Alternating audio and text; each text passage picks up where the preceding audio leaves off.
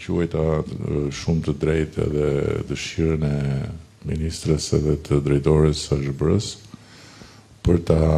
ndarë këtu me ju dhe përmes kësaj me të gjithë të tjerët risin e dy linjave të reja të financimit, por duke u nisur nga linja kryesore e financimit të re, që është linja e Bankës Shqipërisë, është një instrument kredi i ri i Bankës Shqipërisë, nuk ka bërë kurrë më parë, duke vendosur 250 milionë euro në shërbim të bizneseve të vogla dhe të mesme, dhe me fokus tek bujqësia. Dhe natyrisht, kur vjen puna tek fokusi i bujqësisë, agriturizmi është një nga komponentët, patjetër serat, patjetër blegtoria, patjetër agropërpunimi nuk diskutohet, por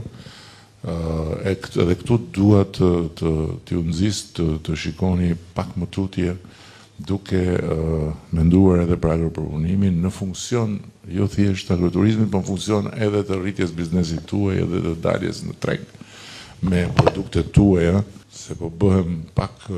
i bezdisshëm për pjesën tjetër duke më bërë reklam për çesnatillin, po me që kam i Chelsea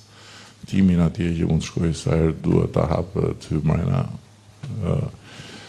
si miki i Bujtinës. E kam përbosh t'ja kthej edhe pse deri tani se kam përdorur Chelsea asnjëherë, po thosha që produktet për shembull e çesnatilit apo nuk diskutohet çobos apo fustanellës apo të tjerëve janë të fantastike, por nuk janë ende mas. Nuk janë mas, jo, nuk po flas për mas industriale, por po flas nuk janë mas për dalë në treg. Dhe po ju sjell vetëm një shembull që më ka bërë përshtypje të jashtëzakonshme, nuk e dija, ka ndodhur disa vite përpara në Zvicër. Më çoi ambasadori në